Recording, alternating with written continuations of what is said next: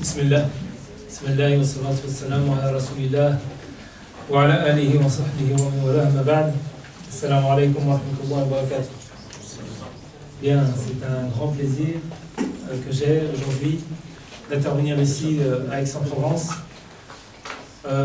pour plusieurs raisons. Mais peut-être la principale, c'est le fait que ma présence ici a quelque chose d'un petit peu symbolique.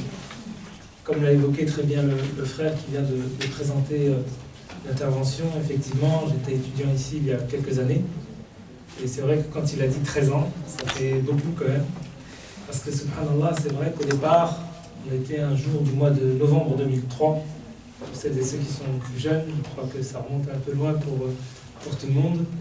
On s'était réunis comme ça, quelques étudiants, à la fac, plutôt à la cité U des Gazelles. Elle existe toujours d'ailleurs, je crois. Et on s'était tout simplement réunis en se disant, on est plusieurs étudiants comme ça ici en fac, dans différentes disciplines. Et pourquoi ne pas créer un espace, un lieu, de sorte à se retrouver, à essayer de travailler entre nous notre spiritualité, essayer d'organiser un certain nombre d'actions et d'événements, de sorte à pouvoir trouver un lieu de rencontre, parce qu'effectivement, quand on est étudiant, quand on vient de loin, c'est parfois très compliqué de pouvoir vivre sa vie spirituelle, sa vie d'étudiant à tous les niveaux, et créer un endroit où on pouvait se rencontrer, ça ne pouvait que fortifier les liens et permettre aux étudiants de mieux tout simplement vivre sa vie. Et alhamdoulilah, ce qui est très important pour une association et pour une institution, comme pour n'importe quelle démarche, c'est qu'elle puisse être au-delà de la vie de ceux qui lui ont donné naissance. Donc quand j'ai quitté Aix-en-Provence, alhamdoulilah, il y avait quand même pas mal d'anciens qui sont restés pendant quelques années. Et au fil des ans, finalement, les membres fondateurs sont partis, c'est le cycle de la vie, et l'association a demeuré. Donc, alhamdoulilah, c'est vraiment pour moi une très grande fierté, entre guillemets, d'avoir contribué avec beaucoup d'autres à lancer cette association. C'est vraiment une joie de constater qu'alhamdoulilah, elle mène toujours autant d'activités, et c'est doublement satisfaisant, entre guillemets, de se faire inviter par une association à laquelle on a participé dans sa création. Donc, qu'Allah Azza wa Jal, évidemment, puisse gratifier celles et ceux qui sont dans la continuité de ce travail pour la da'wah et de manière générale pour servir le message de l'islam dans son ensemble. Voilà pour les remerciements d'usage. Maintenant, je vais directement, Inch'Allah, entrer dans le vif du sujet. Alors, on m'a demandé une intervention sur un sujet particulier, un sujet que je n'ai pas l'habitude d'évoquer et que je vais évoquer ce soir, ou plutôt cet après-midi, plutôt pour une troisième fois. Donc, vous serez un petit peu indulgents si je bafoue un petit peu, mais je vais essayer de donner le meilleur de moi-même, évidemment. C'est un sujet qui me semble éminemment important et qui fait partie des défis majoritaires pour la communauté musulmane. Pourquoi l'avoir évoqué? Parce que je le constate plutôt depuis que même j'étais étudiant ici à Aix-en-Provence, le fait qu'un certain nombre de frères et sœurs arrivent à un certain âge et ne trouvent pas, entre guillemets, chaussures à leurs pieds dans le mariage.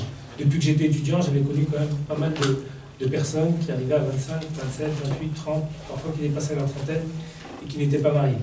Et donc j'observe toujours, et les derniers événements, ou plutôt ce que j'ai pu découvrir, en tout cas ce que j'ai pu lire par rapport au livre, me le confirme, il y a une espèce de crise au niveau du célibat du mariage. Donc ce que je vais vous proposer, c'est une intervention en deux temps. Je vais essayer d'abord de mettre en évidence des éléments fondamentaux par rapport au mariage, et qu'est-ce qui, islamiquement, est absolument fondamental sur ce sujet à retenir, et qu'est-ce qu'il ne faut pas, entre guillemets, faire vis-à-vis du mariage, parce qu'il y a une pratique au sein de la communauté qui n'est pas très saine, et ensuite arriver à la question de la crise, et pourquoi il y a crise. Et qu'est-ce qu'on met derrière le mot crise, s'agissant du mariage et du célibat. Donc on va d'abord poser le cadre au niveau islamique. Alors peut-être que ça a déjà été fait, il me semble, peut-être que Jamel l'a fait, mais je vais essayer de redonner des éléments, de sorte à mettre tout le monde au même niveau d'information. Et ensuite j'expliquerai pourquoi, de mon point de vue, il y a crise, et qu'est-ce qu'on peut faire, évidemment, parce que le but d'une conférence est aussi d'apporter et de donner des pistes d'action et de mobilisation. Qu'est-ce qu'on pourrait éventuellement faire pour résorber un petit peu cette crise du mariage et du célibat au sens général. Vous êtes d'accord? Bismillah. Je vais peut-être prendre le... Je vais voir si j'ai... Oui, il n'y a pas de souci. D'accord. La première des choses que... tourner la tête. Ouais. On va essayer de voir si c'est possible ou pas. La première des choses que je vais dire, on va commencer par un hadith du prophète sallallahu alayhi wa sallam. Le hadith Jibril. Le hadith Jibril, je ne sais pas si tout le monde le connaît, il est important à connaître parce qu'il est à la base à la fois de l'aqida, de fiqh et de tazkiyah. Et c'est le premier hadith du prophète sallallahu alayhi wa sallam qui va commencer à classifier les sources islamiques, et les sciences islamiques plutôt. Lorsqu'à un moment donné, le prophète sallallahu alayhi wa sallam est dans sa mosquée, va entrer un homme dans la mosquée du prophète sallallahu alayhi wa sallam. Le prophète est avec ses compagnons, habillé d'un blanc immaculé, avec des cheveux très noirs, dont on ne voit pas finalement les traces de voyage. Il va venir, il va s'accroupir en face du prophète sallallahu alayhi wa sallam, il va lui poser 3 questions.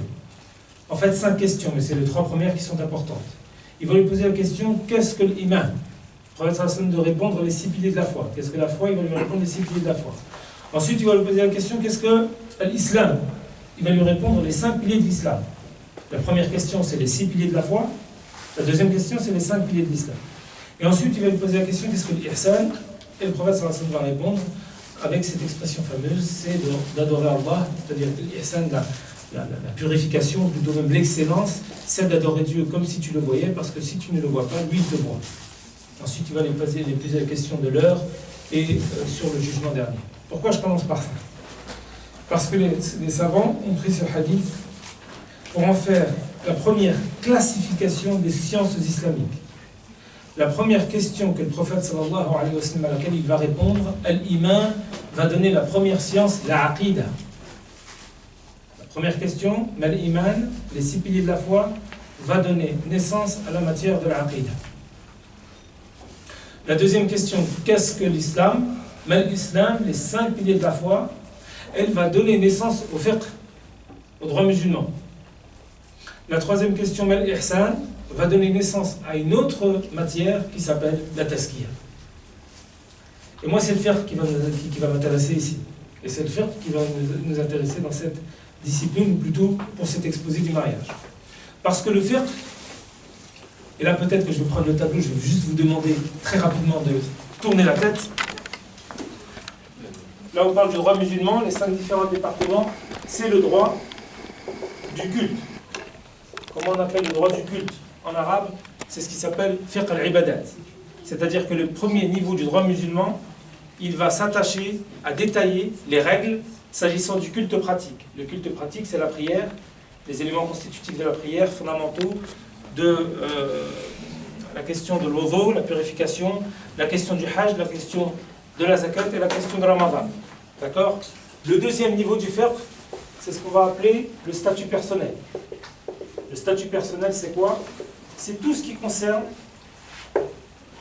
le mariage, le divorce, l'héritage et de manière très globale, tout ce qui s'attache à la famille. Et c'est évidemment là qu'on va s'intéresser. D'accord? Donc le deuxième niveau du fiqh, du droit musulman, qui est absolument important, c'est le statut personnel qu'on appelle en arabe al-ahwal al-shakhsiyya. Le troisième niveau du fiqh, c'est tout ce qui concerne les transactions, c'est-à-dire les contrats en général. D'accord? Les contrats de vente notamment, les contrats de location, les contrats d'association. Ce fiqh-là en arabe, on l'appelle fiqh al-mu'amalat. D'accord? Tout ce qui aujourd'hui tourne autour de la finance islamique, de l'économie musulmane, est intégré ici dans ce qu'on appelle fiqh al-mu'amalat. On va appeler ça le droit des contrats. D'accord?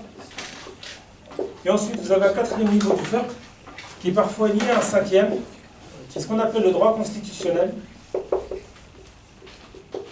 Le droit constitutionnel, c'est quoi? C'est le droit, évidemment, qui va régir les relations, les normes, les règles entre les dirigeants et les dirigés, entre les gouvernants et les gouvernés. Ici, évidemment, vous avez l'élément central qui va gérer les relations entre les gouvernants et les gouvernés, qui est la shura, la concertation. Et le 5e niveau du fiqh, c'est ce qu'on appelle le droit international. Le fiqh al-duwali. Le 4e niveau de droit constitutionnel en arabe, c'est l'ahkam al-sultaniyya. Pourquoi sultaniyya? Parce que ça vient de sultan. Le sultan étant le dirigeant, le dépositaire. Et le 5e niveau, c'est le droit international, le fiqh al-duwali. Et dans ce fiqh-là, vous avez tout ce qui concerne les relations entre l'État musulman, l'Empire musulman et le reste. C'est-à-dire le voisinage de l'État musulman.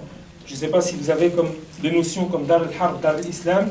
Toute cette conception que beaucoup de savants de l'époque classique ont produite est issue de ce droit-là, c'est-à-dire comment l'État musulman va avoir de relations avec le reste de l'humanité. Et c'est là, on va voir toute la question du califat, elle est mentionnée ici. D'accord? Pourquoi j'ai fait cette espèce de petite typographie? Parce que je vous pose une question, et moi c'est ce que j'aime bien évidemment dans les conférences. D'abord je vais essayer d'être concis pour vous donner la parole, parce que j'aime bien l'échange. Et d'autre part j'aime bien l'interaction.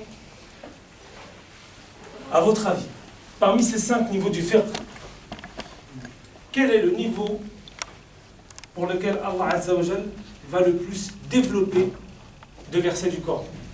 Quel est le niveau du fiqh qui sera le plus développé dans le Coran al-Karim? On aurait pu se dire que, vu que le premier niveau du fiqh, c'est-à-dire du droit musulman, évoque des éléments constitutifs essentiels de l'islam, comme la prière, comme le hajj, comme le ramadan et comme la zakat, on aurait pu penser qu'effectivement, c'est ce sujet du droit musulman qui est le plus développé dans le Coran. Sauf que ce n'est pas celui-ci. C'est le deuxième. C'est la question du statut personnel. Et dans le statut personnel, l'élément qui est le plus développé dans le Coran, c'est le mariage. Pourquoi c'est le mariage? Pour une raison simple. Il n'y a pas autant un sujet développé dans tout le fiqh que le mariage dans le Coran. Ce sont des dizaines de versets. Le mariage et évidemment le divorce, qui va avec, entre guillemets. Parce qu'évidemment, la dissolution du mariage passe par le divorce. Mais pourquoi vous dire ça? Parce que l'élément constitutif dans une société, en islam, c'est évidemment le mariage. Parce que le mariage est la seule institution qui permet la cohabitation d'un homme et d'une femme en islam. Et pour pouvoir cadrer cette chose-là, Allah Azza wa Jal l'a énormément développé dans le Coran. Mais ça veut donc dire autre chose. Et là, on rentre dans le vif du sujet. Si Allah Azza wa Jal a énormément développé une notion comme le mariage, c'est évidemment pour lui donner le maximum de densité, le maximum de gravité. Ça veut donc dire que nous, en tant que musulmans, c'est un sujet à prendre éminemment en considération. Donc une fois qu'on a dit ça et qu'on a ce cadre-là, entrons un peu plus en matière. Un mariage en islam, c'est d'abord et avant tout un contrat. Un mariage en islam, c'est d'abord et avant tout un contrat. Le contrat, on appelle en arabe al-aqd. Et l'expression, et là aussi je vais directement dans le vif du sujet, l'expression que l'on utilise de manière très courante, mariage religieux, dans le fiqh, c'est-à-dire dans le droit musulman classique, il n'existe pas. Il n'y a pas ce qu'on appelle al-zawaj ad-dini. Ça n'existe pas en islam. Ce qui existe en islam, dans le fiqh, c'est al-aqd al-shara'i, c'est-à-dire un contrat juridique. Qu'est-ce qu'un contrat? C'est la réunion de 2 personnes, de 2 contractants. Et la volonté d'un contrat, ou plutôt le principe d'un contrat, c'est d'assurer les droits et les devoirs des 2 contractants. D'accord? Donc l'aqd al-shara'i, mettez bien ça, entre guillemets, dans votre tête. En islam, c'est un contrat juridique, le mariage. Un contrat juridique dans lequel il y a 4 conditions fondamentales. 2 conditions impératives et 2 conditions qui le sont un peu moins. Les 2 conditions impératives du aqd al-shara'i, du contrat de mariage en islam, c'est 1, évidemment, le consentement des 2 époux, librement consenti. D'accord? Il faut naturellement le consentement des 2 époux. Premier élément, première condition absolument impérative, selon le consensus de toutes les écoles. Le deuxième, ou plutôt la deuxième condition du mariage, c'est les témoins. Les témoins sont également impératifs, leur présence 2 au minimum pour toutes les écoles juridiques islamiques. Ça, ce sont les 2 conditions absolument impératives. Les 2 autres, elles sont impératives pour énormément d'écoles. Mais parfois, on peut avoir quelques petites divergences. La troisième des conditions, c'est la présence du tuteur, notamment pour la femme. D'accord? La présence du tuteur pour la femme est une condition de validation du mariage. Seulement, c'est vrai pour l'école shafi'ite, pour l'école malikite, pour l'école hanbalite, mais ce n'est pas vrai pour l'école hanafite. Les hanafites considèrent que la présence du tuteur n'est pas une obligation, plutôt, pardon, n'est pas une condition de validation. D'accord? Mais c'est majoritaire dans 3 écoles sur 4. Et nous qui globalement sommes originaires de la tradition plutôt de famille maghrébine, évidemment, dans le fiqh maliki, c'est une condition de validation. Et la quatrième condition de validation, c'est la dot, c'est-à-dire ce bien que le mari donne à l'épouse lors de la conclusion du mariage. Sauf que la question de la dot, à la différence du consentement et à la différence des témoins, les époux peuvent se mettre d'accord sur la question de la dot plus tard, après la conclusion du mariage, après le contrat de mariage. D'accord ? Il y a un élément fondamental. Évidemment, ces 4 conditions sont extrêmement importantes. De toute façon, elles conditionnent la validation en mariage. S'il n'y a pas de consentement du mariage, évidemment, le mariage n'est pas reconnu, il est caduc. S'il n'y a pas des témoins, également, le mariage est caduc. Mais il y a un élément qui nous interpelle aujourd'hui, c'est la question des témoins. Alors, tout ce que je vais dire là, à partir de maintenant, c'est essentiellement l'avis du Conseil européen de la fatwa et des recherches. Tout ce qu'on a dit précédemment, que vous soyez au Pakistan, en Arabie Saoudite, au Maghreb, en Europe, n'importe où, ça vaut pour l'ensemble de l'islam. C'est-à-dire à la fois les 5 niveaux du fiqh et à la fois les 4 conditions du mariage. Mais tout ce que je vais commencer à développer comme réflexion à partir de maintenant, c'est l'avis d'une structure qui s'appelle le Conseil européen de la fatwa et des recherches, qui a été créé en 1997 et qui est composé à peu près d'une 40aine de savants, 50 presque aujourd'hui, dont la majorité sont de gens maintenant qui vivent en Europe. Évidemment, tous sont originaires du monde musulman, tous ont à minima un master de sharia, beaucoup ont un doctorat en sharia, mais quasiment tous sont reconnus comme étant des compétents, des fuqaha, c'est-à-dire des spécialistes du droit musulman. Mais, non seulement spécialistes, mais qui vivent dans notre contexte. Parce que tout ce que je veux dire après, certains dans le débat pourront me dire « oui, j'ai entendu tel cheikh qui dit autre chose ». Mais j'en suis sûr, et j'ai presque envie de dire, je mettrai ma main à couper, que s'il n'est pas d'accord avec ce que je vais développer, c'est que son cheikh de référence ne fait pas partie, ou en tout cas ne vit pas en Europe, et qu'il a écouté sur Internet quelqu'un qui s'inspire de ulama ou de chouyour qui ne vivent pas en Europe. Pourquoi j'insiste sur ce point-là ? Parce que, encore une fois, tout ce que je vais développer est issu de gens qui islamiquement sont compétents et qui vivent notre contexte. Et quand on pose une question à un musulman vivant en Europe, islamiquement, normalement, on ne pose pas la question pour quelque chose qui a trait aux musulmans européens à un savant saoudien, ou à un savant du Moyen-Orient, à un savant du Maghreb, ou à un savant du Pakistan. Ça, c'est une règle qu'il faut avoir.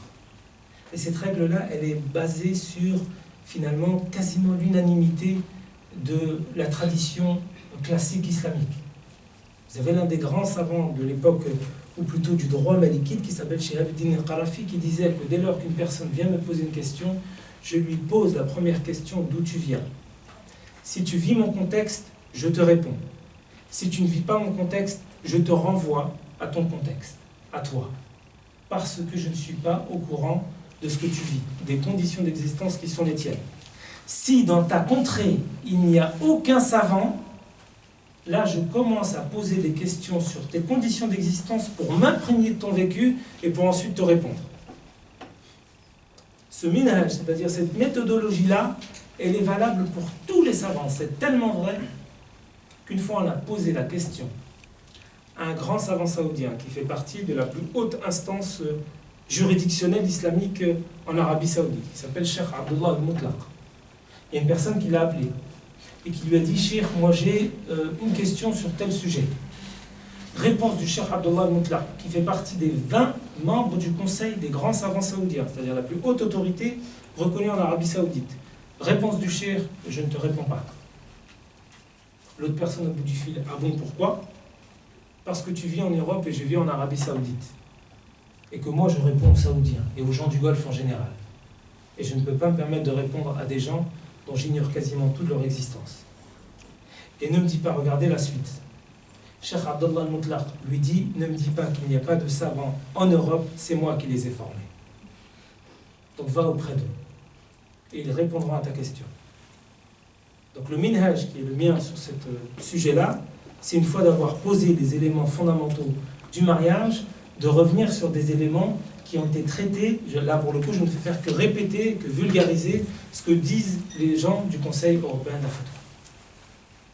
Si on revient aux 4 conditions, vous êtes avec moi? C'est bon? C'est quoi les 4 conditions? Le consentement, les témoins, le tuteur et la dot. Les témoins, c'est sur ça que je vais parler quelques minutes. À l'époque du prophète Mohammed sallallahu alayhi wa sallam, on est dans un contexte où la tradition, c'est une tradition orale. Ce n'est pas une tradition d'écriture. À l'époque, les règles de la vie sont éminemment basées sur des relations entre tribus. L'État est naissant, c'est-à-dire une organisation politique qui puisse structurer la vie des gens est quelque chose qui vient de naître, notamment avec la constitution de Médine. D'accord? Mais il n'y a pas encore de système hiérarchisé, rationalisé. Il n'y a pas encore de justice comme on peut la connaître ici. Ça veut donc dire qu'à l'époque, les témoins du mariage notaient socialement le mariage auprès des gens. C'est-à-dire qu'ils l'affirmaient, c'est-à-dire qu'ils le légalisaient. La forme de légalisation du mariage était véhiculée par la tradition orale. D'accord? Mais l'esprit des témoins, il est celui-ci. Il est le fait d'assermenter, il est le fait de légaliser, d'homologuer auprès des gens le fait que telle personne et telle femme se soient unies. D'accord? C'est ça l'esprit, c'est ça le but, c'est ça le maqsad, c'est ça l'objectif des témoins. Maintenant, je vous pose une question. Est-ce que le mieux, pour pouvoir noter socialement le mariage entre deux personnes, dont on a dit tout à l'heure l'importance, par le fait qu'il est le plus mentionné dans le Coran, et qu'il faut tout faire pour le préserver, est-ce que le fait de noter le mariage est mieux assuré en le notant oralement ou en le notant par écrit via une institution comme l'état civil d'une mairie?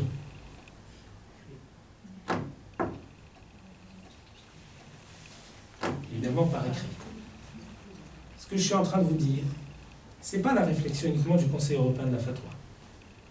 Il n'y a plus aucun État musulman aujourd'hui qui accepte le mariage de tradition orale.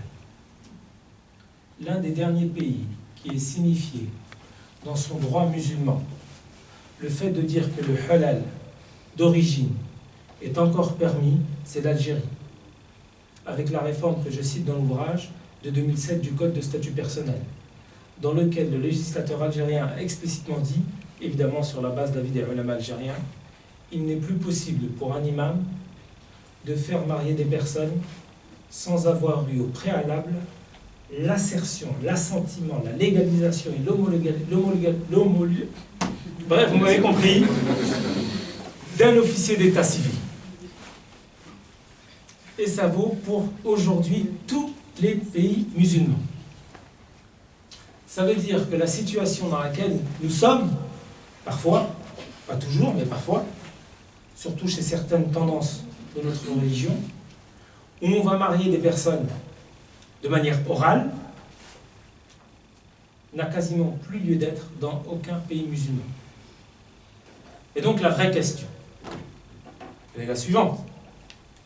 Qu'est-ce qu'on fait face à une situation où, et là ce que je vais vous dire, ce n'est pas des cas, si vous voulez, qui sont marginaux. Pour le livre, j'ai contacté un certain nombre de chouyours, de ceux qui sont depuis 20-25 ans, notamment auprès de l'IESH Château-Chinon, l'IESH Paris, confrontés à ces questions depuis, encore une fois, pas mal d'années. J'ai contacté également des thérapeutes et des psychologues musulmans qui, depuis 20 ans, également côtoient la communauté de près et observent ce qu'il se passe au niveau du mariage et surtout au niveau de la crise. Parce que quand vous dites à des personnes que vous pouvez vous marier oralement, et que vous avez des situations où un homme va se marier avec une femme, et qu'il va avoir des enfants avec elle, et qu'il n'est marié qu'oralement, c'est-à-dire qu'il n'y a pas la contrainte de la justice et de la loi. Vous allez avoir parfois, évidemment pas toujours, et heureusement que ce n'est pas toujours le cas, le frère qui à un moment donné, pour des raisons ou pour d'autres, va quitter son épouse. Il a des enfants avec elle. S'il s'est marié oralement, ses enfants ne sont pas reconnus la plupart du temps. Ça veut dire qu'ils n'ont pas de droit. Ça veut dire que demain, il n'aura pas droit à l'héritage dans la société française. Ça veut dire que même le prénom, ils ne l'auront pas. Et que ce frère est arrivé dans des cas, à plusieurs reprises, ce que dit le Cheikh Ounis Gourga de l'USH Paris, c'est ce que dit Cheikh Arabi de l'USH Château-Chinon, va à un moment donné partir pendant quelques années, la sœur reste seule avec des enfants. Elle ne sait même pas si elle est divorcée ou pas. Elle va rester pendant des années comme ça, et à un moment donné, parce que la vie est compliquée, parce qu'elle a des enfants, va vouloir se remarier. Sauf que le premier mari revient et trouve son épouse mariée avec quelqu'un d'autre. Alors qu'au départ, elle n'était pas divorcée. Et ça, ce sont des situations qui arrivent. Comment faire pour essayer de régler ce genre de situation? Je vous pose la question. Si le premier mari aurait été ou avait été marié civilement, ou ce type de mari aurait ou avait bénéficié ou se serait marié civilement, est-ce qu'il y aurait eu tendance à faire ce qu'il a commis? Ou est-ce que parce qu'il considérant qu'il y a la contrainte de la loi et que si la femme demande le divorce, il risque de payer des pensions alimentaires, parfois même davantage, il y aurait moins de risques à ce que certains hommes fassent un peu n'importe quoi. Vous savez, la contrainte, là il faut que vous suiviez jusqu'au bout la philosophie du droit musulman. La contrainte de la loi pénale, civile, qui vient corriger certains écarts de la communauté, c'est un principe islamique.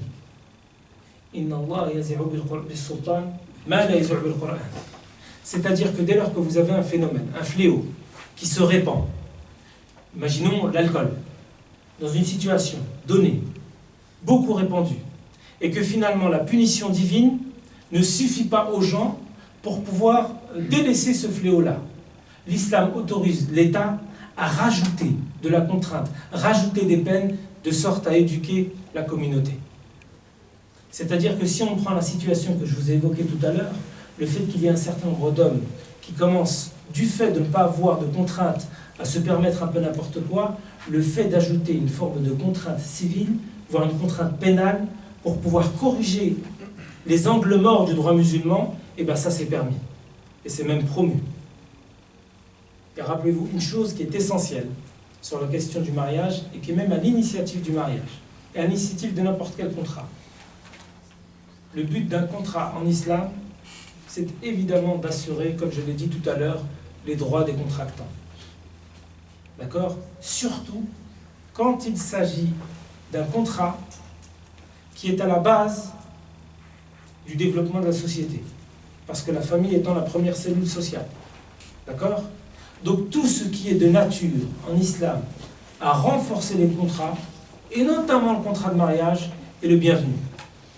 Ça c'est un principe qui est issu du premier verset de Surat Al-Ma'idah. Ya ayyuhalladhina amanu awfu bil-uqud. C'est-à-dire, ô vous qui croyez, ô vous qui portez la foi, tenez fermement à quoi? À vos engagements, à vos contrats. Al-uqud, c'est le pluriel de aqd. Aqd shari, contrat juridique. Al-uqud qui est dans le verset, c'est le pluriel.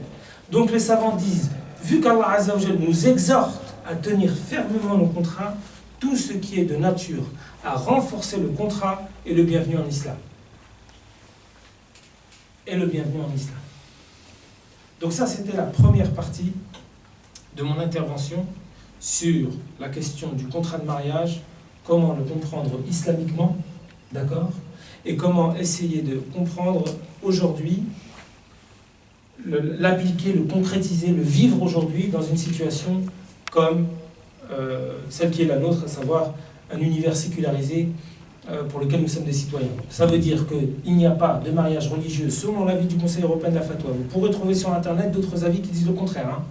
Mais naturellement, comme je vous l'ai dit tout à l'heure, vous aurez certainement derrière celui qui prend cet avis des personnes qui n'habitent pas en Europe. Ou peut-être qui habiteraient en Europe mais qui n'ont évidemment pas la même compétence que le Conseil européen de la fatwa. Ou peut-être qui auraient la même compétence que les chouyours du Conseil européen de la fatwa mais qui seraient seuls. Rappelez-vous ce que je vous ai dit tout à l'heure. Le Conseil européen de la fatwa, c'est combien de ulama? Quarantaine, cinquantaine.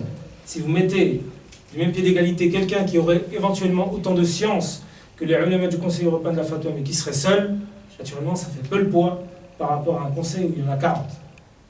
D'accord? Donc ça, c'est très très important à maintenir et à saisir de manière globale, puisque c'est le cadre islamique que l'on devrait, évidemment, de mon point de vue, soutenir. Maintenant, il y a un autre élément. Et là, je vais essayer d'être un peu court, s'agissant des crises qu'on peut observer sur le mariage, et là, plus globalement, sur la question du célibat. Et là, pour le coup, ce n'est pas des avis du Conseil européen de la fatwa, c'est plus une analyse que je vais faire historique, voire sociologique, de ce qui se passe dans la communauté.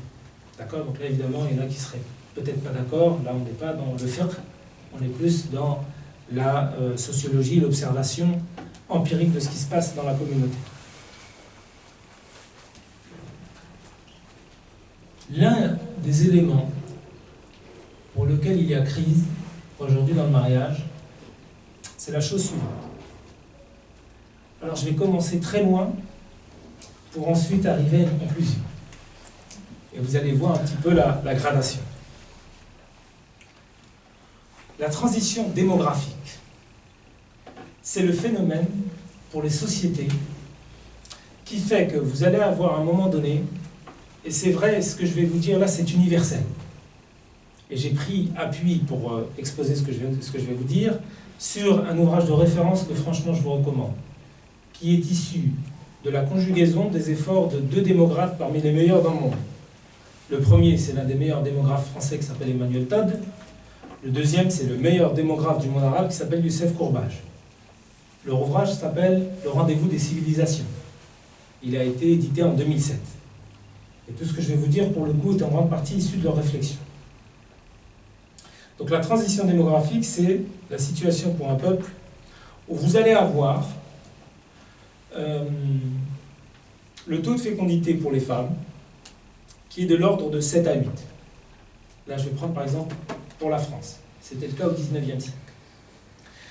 Et à force de voir la société s'éduquer, à force que le taux d'éducation des hommes et des femmes, surtout des femmes, va commencer à se développer, vous avez mécaniquement, et c'est universel, une baisse progressive du taux de fécondité.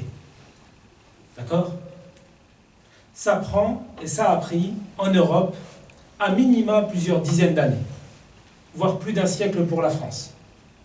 D'accord? Alors vous me direz, est-ce que tu peux me donner, Fouad, est-ce que tu peux m'emmener s'il te plaît un exemplaire? Juste un exemplaire du livre. Alors vous me direz, oui, c'est des chiffres et c'est pas grand-chose. D'accord. Sauf que ce processus-là, sauf que ce processus démographique qui fait qu'à un moment donné, une société va voir la majorité des hommes, puis la majorité des femmes, accéder à un niveau d'éducation, ça crée quelque chose. Ça crée le fait que c'est la première fois pour la société en question que les hommes et les femmes, de manière majoritaire, peuvent devenir acteurs et actrices de leur destin. Et ça va faire chuter le taux de fécondité dans toutes les sociétés. Ça a pris plus d'un siècle. En France, ça a pris une génération dans le monde arabe et pour nos familles à nous. Ce processus long, la plupart du temps, il a pris une génération. Si je pose la question quasiment à toutes celles et ceux d'entre vous ici, combien d'enfants a eu votre maman, je pense que le minimum c'est 5 ou 6. Et pour certains ça dépend. Ça dépend s'il y en a qui sont convertis ou pas, mais de manière très très générale, maghrébo-africaine, le taux de fécondité des femmes dans les années 70, c'est à peu près 7 enfants. 30 ans plus tard, une génération plus tard, c'est 2 enfants. C'est 2 enfants. Alors vous me direz, mais Daniel, c'est ces chiffres-là, mais et après? D'accord? Vous me direz, quel est le lien par rapport à notre sujet à nous? Le lien, il est essentiel, parce que c'est le début de ma réflexion à ce niveau-là. Vous savez ce que je viens de vous dire? En l'espace d'une génération, voilà ce qu'il crée. C'est ce que dit Emmanuel Todd et Youssef Courbage. Un tel retournement a des ressorts culturels et sociaux profonds. 2 points. Il est le signe d'un bouleversement des équilibres traditionnels. Un bouleversement qui irradie les rapports d'autorité, les structures familiales, les références idéologiques et le système politique. Le contrôle des naissances est à la fois le symptôme et le levier d'une large transformation anthropologique. Quelques pages plus tard, ils disent, écoutez bien, l'âge de l'alphabétisation et de la contraception est aussi très souvent celui de la révolution. C'est-à-dire que dès lors que vous avez un phénomène aussi important qui se crée et qui va bouleverser les traditions anthropologiques de population, et bien très souvent ça va créer des troubles et des révolutions. Parce que les gens deviennent acteurs de leur destin. Et selon Emmanuel Todd, c'est l'un des facteurs principaux de l'éclosion de la révolution russe. Pour vous donner un petit peu le caractère universel de ce qu'il va dire. Maintenant vous me direz, mais après le rapport avec nous, il est où? Il est immédiat. Je vous la fais rapidement. C'est certainement la première fois dans l'histoire, on va dire, des traditions de genre, de culture arabo-africaine, où vous allez avoir pour une même génération des femmes qui majoritairement vont être plus éduquées que les hommes. C'est quasiment la première fois. On n'a quasiment jamais eu, dans l'histoire, même j'allais dire, des populations arabo-musulmanes, dans une même génération, des femmes qui étaient davantage éduquées que les hommes. Chiffre de l'INED, de l'Institut national des études démographiques à l'appui. Le nombre de femmes d'origine maghrébine qui entrent à l'université est de 20 points supérieur au nombre de garçons d'origine maghrébine qui entrent à l'université. D'accord? C'est exactement la même chose pour les populations d'origine... j'ai dit maghrébine là? Oui, oui. Maghrébine. La même chose pour les gens d'origine africaine. D'accord? Et ça vient d'où? De mon point de vue. Alors, je ne sais pas dans la discussion si certains seraient d'accord avec moi ou pas, c'est pour ça que je vais ouvrir la discussion assez rapidement, j'aimerais bien avoir votre avis. De mon point de vue, et là c'est un petit à la fois ma réflexion personnelle et empirique, mais à la fois une étude d'Hervé Flancard qui a étudié ce que je viens de vous dire dans le nord de la France il y a une quinzaine d'années. De mon point de vue, ça vient de quelque chose dans nos familles respectives. Et là je parle évidemment essentiellement de ceux qui sont d'origine arabo-africaine. Lorsque nos parents sont arrivés dans les années 70, de manière assez générale, on observait dans les familles une forme de mansuétude, de tolérance vis-à-vis du comportement des garçons. Un garçon, dans une famille maghrébo-africaine, d'une certaine manière, il pouvait se permettre un certain nombre d'écarts. Ce qui n'était pas vrai pour la fille. Ce qui n'était pas vrai pour la femme. Et ce qui va se passer dans les années 70 et 80, c'est qu'une grande partie des filles vont essayer de concentrer leurs efforts dans l'éducation et l'école qu'elles vont considérer comme une planche de salut. C'est-à-dire que c'est par l'école que d'une part elles vont comprendre qu'on peut s'élever socialement, qu'on peut s'émanciper, mais également qu'on peut sortir d'un, là je suis un observateur, je ne donne pas mon point de vue, d'une forme de carcan. C'est ce qui donne les résultats de l'INED que je viens de vous dire. C'est-à-dire d'un nombre supérieur de filles qui accèdent à l'université que de garçons. Lorsque vous avez dans une génération des filles qui sont davantage éduquées que les garçons, et là pour le coup, alhamdoulilah, c'est quasiment la première fois où je vois autant de frères dans une conférence que de sœurs. Dans quasiment toutes les conférences que j'ai faites, sur ce sujet comme sur d'autres, c'est toujours les sœurs qui sont davantage présentes. Et de manière générale, pour vous donner des conséquences très très parlantes de ce que je viens de vous dire, de manière conséquente, et Dieu sait, machallah, que maintenant je côtoie la communauté de près, depuis maintenant une quinzaine d'années, d'accord, dans tout l'univers militant, qu'il s'agisse de la lutte contre l'islamophobie, pour la Palestine, pour les opérations humanitaires, même pour les conférences et les manifestations, c'est les sœurs qui sont davantage présentes. Et ça, c'est pour moi l'illustration de ce que je viens de vous dire. C'est-à-dire un capital culturel, alors plus ou moins important du côté des femmes que du côté des hommes. Et ça, c'est en soi, le mot peut-être un peu fort, révolutionnaire. Et là, je pense qu'on va avoir un premier niveau de quoi? D'explication du célibat et donc de la crise du mariage. Parce que si vous avez dans une situation, dans une génération, des filles qui sont davantage éduquées que les garçons, vous allez avoir un autre phénomène qui va se créer. Ce phénomène, c'est l'inverse de l'exogamie. L'exogamie, c'est quoi? L'exogamie, c'est que, et c'est vrai pour la communauté musulmane comme ailleurs, c'est vrai pour la société en général, c'est le fait que majoritairement les hommes, et là c'est François de Sully, c'est pas moi qui le dis, je veux d'ailleurs en plus vous citer ce qu'il dit, c'est assez fort. L'exogamie, c'est globalement, quand un homme se marie, il se marie avec une femme qui est globalement, encore une fois, on peut trouver des exceptions, à un niveau social inférieur. À un niveau social inférieur. L'homme a peur d'une forme de domination. C'est fort ce que je vais dire. Mais l'homme a peur d'une forme de domination féminine, culturellement. C'est encore plus vrai pour les personnes d'origine et de culture arabo-africaine. T'as une confirmation. C'est vrai? C'est pour ça que j'entends. Mais regardez, c'est pas vrai que pour la communauté. C'est un phénomène transversal pour l'ensemble de la société française. François de Singly, qui est l'un des meilleurs spécialistes de la famille, du mariage et des relations hommes-femmes en France, dans son livre Fortune et infortune de la femme mariée, qui est paru l'année dernière, en 2015, dit la chose suivante. Un capital scolaire possédé par une femme peut la desservir dans ses projets matrimoniaux, dans la mesure où il est estimé par certains hommes contre nature. Selon ses représentations, la classe des femmes diplômées est une classe dangereuse que les hommes, même diplômés, cherchent à éviter. La conséquence empirique de tout ce que je viens de dire, c'est les chiffres de femmes célibataires. Les femmes ouvrières célibataires, c'est 17%. Les femmes employées célibataires, c'est 16%. Les femmes diplômées célibataires, c'est 35%.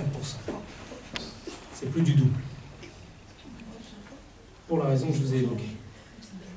Donc si maintenant on vient à la communauté musulmane, et on se rend compte, on se dit par rapport à tout ce que je viens de dire, c'est quand même assez inquiétant. Et je pense qu'il y a même d'autres éléments que je vais ajouter et qui vont accentuer, parce qu'on comprend bien, hein, l'idée c'est pas de plomber hein, la question du mariage ou quoi que ce soit, c'est d'être un observateur jusqu'au bout et de se dire qu'est-ce qui ne va pas. Parce qu'au Wallah al-Azim, je pense qu'il y a un vrai sujet et plutôt un vrai souci par rapport à ça. Cette question du célibat pour les femmes diplômées est accentuée dans la communauté par, je pense, trois phénomènes. Trois phénomènes qui, même s'ils sont minoritaires, en se cumulant, vont aggraver le déséquilibre. D'accord? Le premier phénomène, c'est le fait que, de manière générale, vous avez, parce que j'ai perdu mon fil, j'ai les deux autres éléments, il faut que je retrouve le troisième, je vous demande juste une minute. Ça m'arrive pas souvent. Le premier phénomène.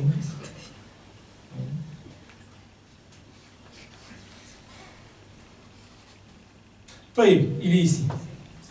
Donc on a bien compris tout ce que je viens de dire par rapport au fait que femmes diplômées ont un risque supérieur de se trouver célibataires.